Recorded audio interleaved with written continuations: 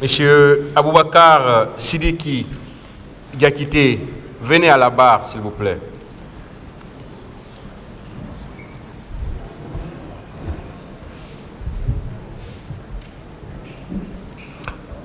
La défense a la parole pour la suite de ces questions.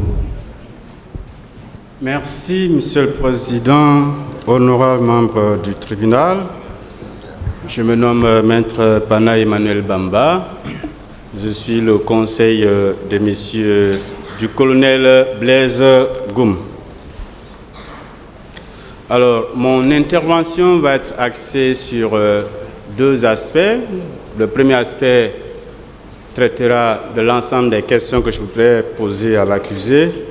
Et le second aspect sera axé sur une demande. Alors, cela étant dit, Monsieur Diakité,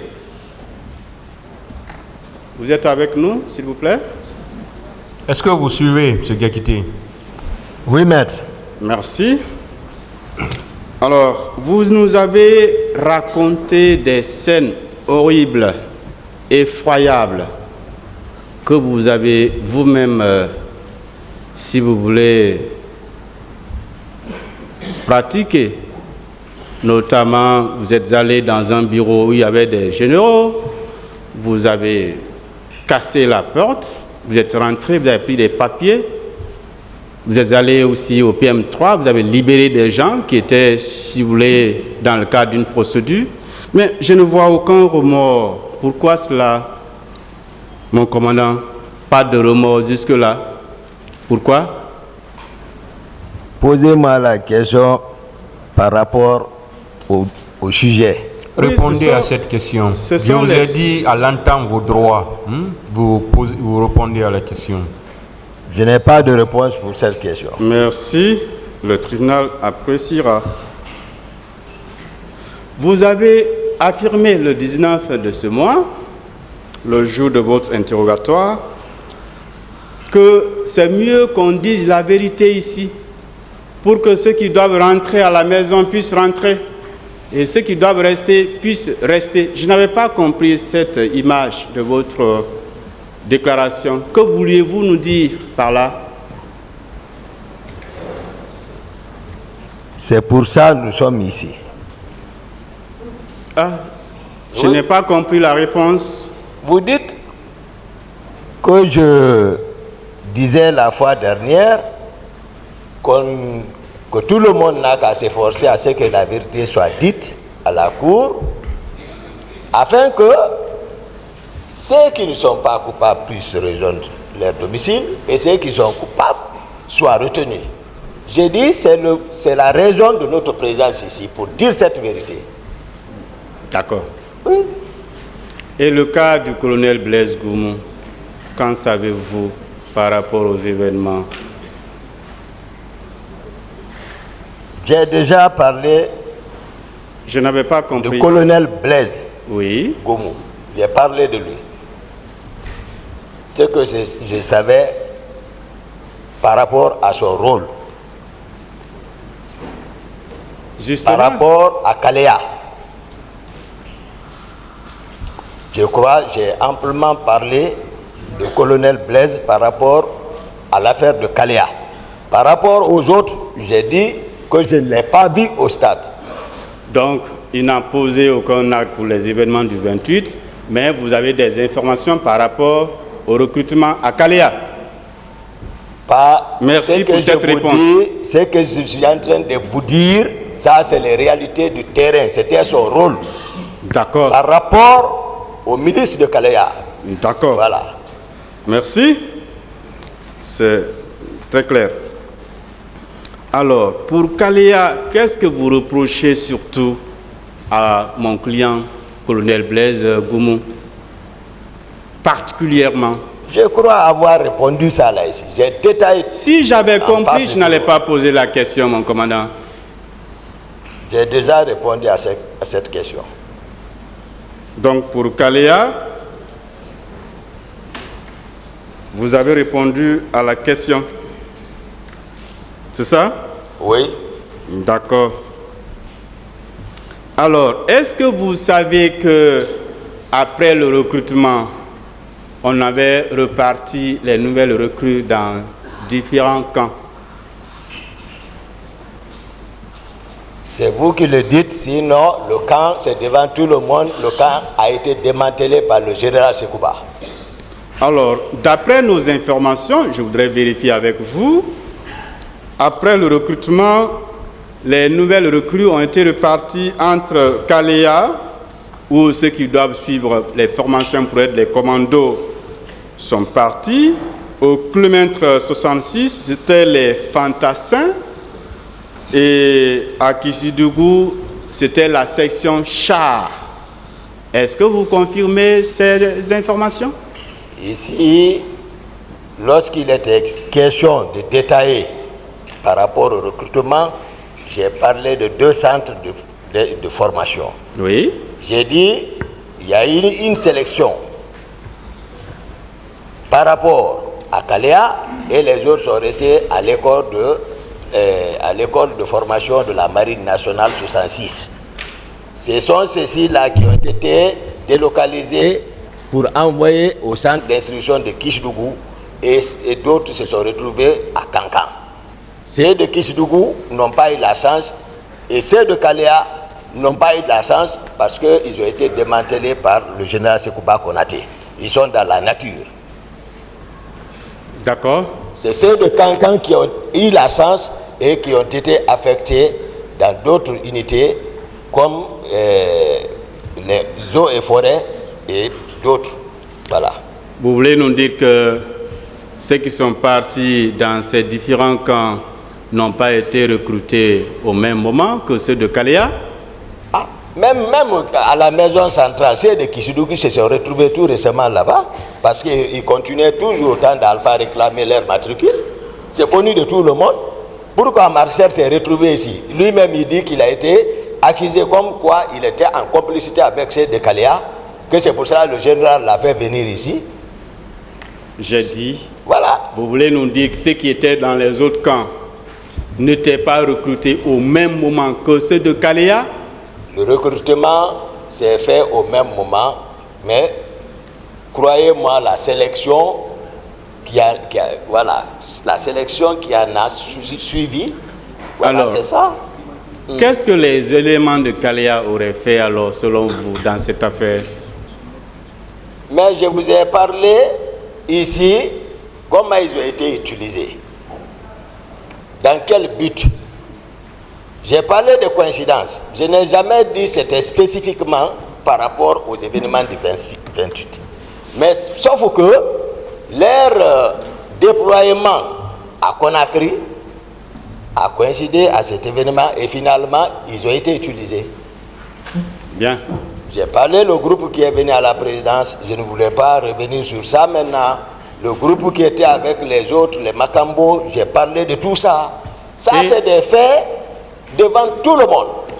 Ces éléments de Kalea seraient-ils venus à la veille alors de la marche? À la veille? Oui, je veux savoir si c'était à la veille. Non, mais je parle à la veille. Le 27? Non. J'ai dit ici qu'ils ont été, depuis avant notre départ sur l'abbé, vers je ne me souviens pas, 25 ou combien, mais il y a un groupe qu'ils ont fait venir et faire habiter là-bas, et que je suis venu demander quels sont ceux-ci. Il me dit non, c'est le président qui les a envoyés. Et qui était le responsable de ce camp de Kalea?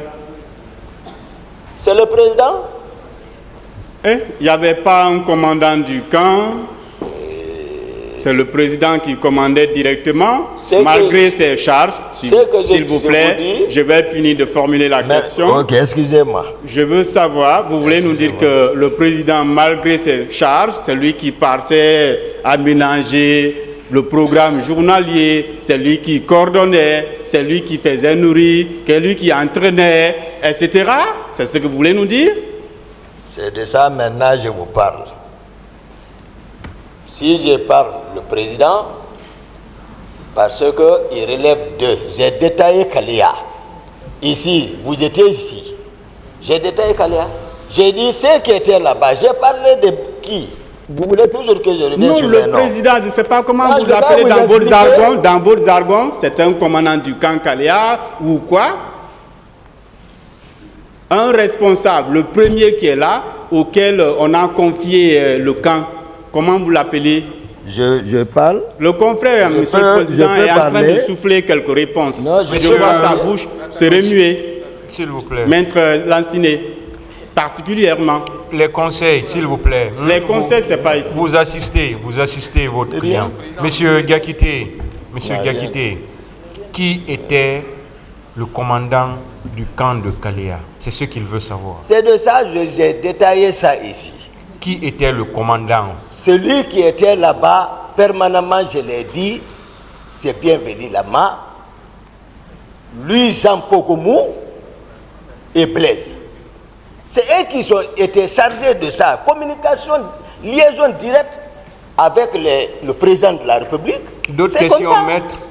Donc, c'était une causation. Bienvenue. Et Blaise et Jean-Louis, les trois étaient les trois responsables. Il n'y avait pas un premier, au moins? Par exemple, dans notre jargon, au niveau du tribunal, il y a toujours un président. Maintenant, au niveau du camp. Lorsque le président passera ici, il est mieux placé pour expliquer tout ça. J'ai vu aussi la bouche du confrère doyen Yomba se remuer. Je ne sais pas si c'est des réponses qu'on glissait, mais vraiment, leur position par rapport aux clients, c'est un peu... ça laisse à désirer, monsieur le président. Bon, s'il vous plaît, vous savez que le tribunal ne peut pas les chasser parce qu'il y a déjà des précédents. D'accord. Ses prédécesseurs, leur conseil était comme ça encore. Donc aujourd'hui, on ne peut pas dire à ceux-ci de quitter. D'accord. Non, on ne peut pas leur dire de quitter, mais on peut leur dire de s'abstenir, de glisser des réponses. On le leur a dit. Merci, monsieur le président. Je voudrais savoir, est-ce que vous savez que le commandant Bienvenu a été convoqué par le cours des juges d'instruction? Après vérification, on a vu qu'aucun contingent n'était sorti du Kalea pour venir à Conakry. C'est pourquoi le colonel Bienvenu a bénéficié d'une ordonnance de non-lieu. Est-ce que vous le savez? J'ai évoqué ça ici. J'ai dit pourquoi d'autres, en connaissance de cause des effets, se sont précipités pour attaquer l'inculpation pour se faire disculper. Je l'ai dit ici. Mais les faits sont têtus. Moi, je vous parle de ce que j'ai à ma connaissance. C'est ce que je dis au peuple de Guinée. C'est eux maintenant qui ils vont se recroqueviller ou quoi, mais c'est ça la réalité. D'accord. Nous allons analyser ensemble, suivant question-réponse, certaines pièces à conviction, certaines pièces du dossier. Je commence par la déposition du témoin, M. Thibou Camara, qui date de l'an 2017 et le 10 août.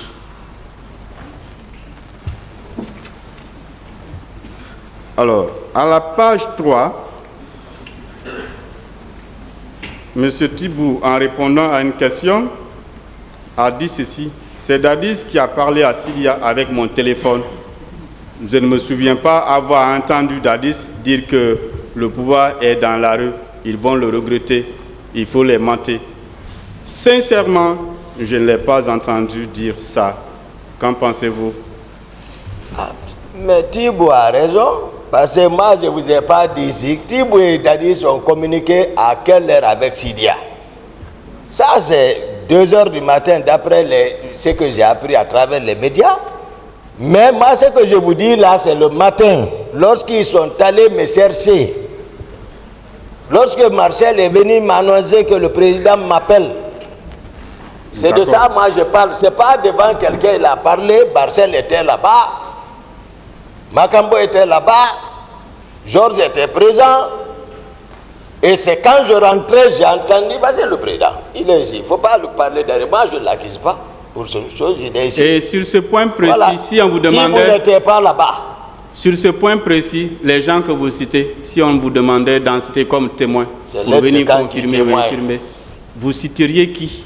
Moi, je suis présent, à la cour, moi, je suis en train de raconter les faits là, et j'ai déjà donné ma part de vérité depuis avec les juges alors, enquêteurs. Ça ne date pas d'aujourd'hui. D'accord.